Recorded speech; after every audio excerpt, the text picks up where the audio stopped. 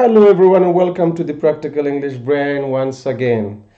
Today in this video I'll be teaching you how to change active sentences to passive sentences with semi-auxiliary verbs. Let's begin with Bismillahir Rahmanir Rahim. First of all, I want you to pay close attention to these charts. We use has to with the third person singular subjects, he, she, it, or a singular noun. And we use have to with the rest of the subjects, I, you, we, they, or P in a plural noun. And we use had to with all subjects, had to and will have to. For past meaning or for future meaning, we use had to or will have to with all subjects. Look at these examples, affirmative and negative sentences. He has to clean the bathroom. The bathroom has to be cleaned by him. So he, the subject of your active sentence, the bathroom is the object. And after subject, you use has to because third person singular subject and main verb in base form. But here, bathroom, the object of your active sentence became the subject of a passive sentence. And again, has to. Why? Because it is also third person singular subject. But after has to, you bring be. Here you don't have be. You just directly bring the main verb in base form. But here in passive form, you bring be, and then you change this main verb from base form to past participle or third form, cleaned. And then by him, the subject of your active sentence became the object of preposition. So this is how it works. So he has to clean the bathroom has to be cleaned by him. Now look at the second example. He doesn't have to clean the bathroom. When we use these semi-auxiliary verbs, have to, and has to, and had to, in in negative sentences or in yes/no questions, we need the help of principal auxiliaries, do and does, according to the subject. So here the subject is he doesn't. So he doesn't have to clean the bathroom. But keep in mind that we change has to have to. Like he has to clean, here it is has to with third person singular subject has to. But because of doesn't, the principal auxiliary in its negative form doesn't, because of this auxiliary, we change has to again to have to. Okay, so he doesn't have to clean the bathroom. And now the same thing, the bathroom becomes your subject, the object of your active sentence becomes the subject of passive sentence, the bathroom. And again, you need the same auxiliary. He doesn't have to, and here you say the bathroom doesn't have to. But after this, you add be, and after be, you change the main verb to past participle third form, cleaned by him. So the bathroom doesn't have to be cleaned by him. Interrogatives or yes no questions, do they have to bring it? Do they have to bring it?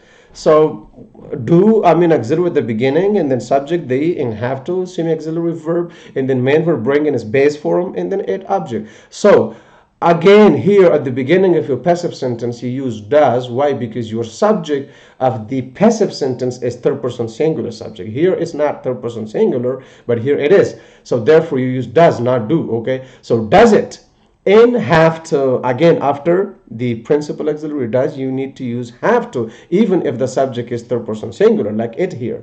You still need have to, not has to. So it's wrong to say does it has to. Okay, does it have to? Be, after have to you bring be, and then you bring the main verb to past participle third form, brought by them. Does it have to be brought by them?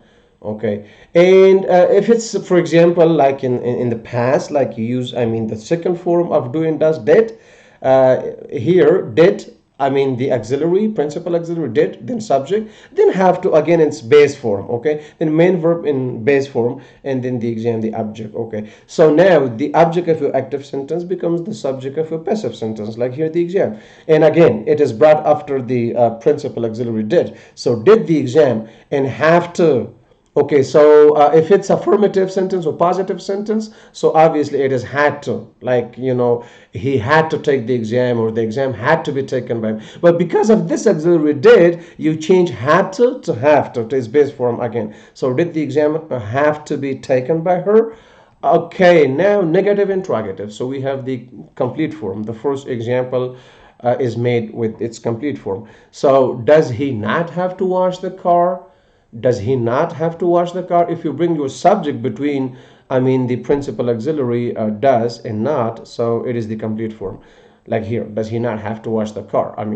But here, when you change it, does the car not have to be washed by him? So almost similar structures, but the only difference that you see over here, the object of your active sentence became the subject of a passive sentence, and the subject of your active sentence became the object of preposition here by him. Okay, and the main verb is changed to past participle third form. And before this past participle form, you need to use the word be itself. I mean the be form, the base form of to be verbs. So, does he not have to wash the car? Does the car not have to be washed by him? And if you want to use the short form of negative interrogatives, then doesn't he have to wash the car? Or doesn't the car have to be washed by him? In information questions, I've used will have to. I mean, you can use will have to in affirmative sentences too. For example, now it's an information question. Where will he have to rent a house? But if it's just affirmative sentence, he will have to rent a house. A house will have to be rented by him. This is how you change it, okay? But I've used will have to in information questions. So this is how it works. First, you bring the WH question word, and then will, I mean auxiliary, the modal auxiliary that we use for future tenses. Okay, so will, and then subject, and then have to, again in base form with all subjects. Okay, he, she, it, I, you, we, they, with all subjects, plural, singular, nouns, whatever. So where will he have to rent a house? And now when you change it to passive form, so you bring the same WH question word over here, and then you bring the same modal auxiliary will, okay? And then, I mean, here the difference is star, okay? Here, see, subject is he, but here subject is a house, okay? The object of your active sentence became the subject of passive. And have to, again. But here you don't need the word be in active form, but in passive form you need the word be, and then you rent, I mean change the main verb to it's a past participle third form, rented, and by him. So subject of your active sentence became object of preposition. So where will he have to rent a house? Where will a house have to be rented by him? And now look at this example. When will he have to rent a house? So now it could be when, where, why, how. It could be any WH question word, okay? So when will he have to rent a house? I mean the same explanation. When you change it, when will a house have to be rented by him? I hope you enjoyed watching this short video about changing active sentences to passive sentences with semi-auxiliary verbs. Have a great time and bye-bye.